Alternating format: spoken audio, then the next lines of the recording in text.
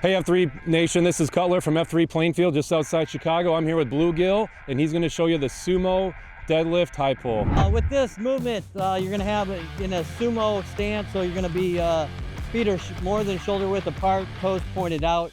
You're going to grab the coupon, so you're going to cross your arms, so it's going to look like this. Okay, grab it like this.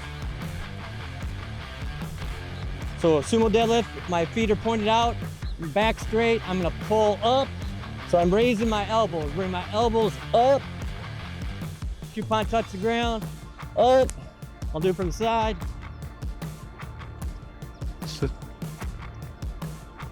A sumo deadlift high pull. One more time.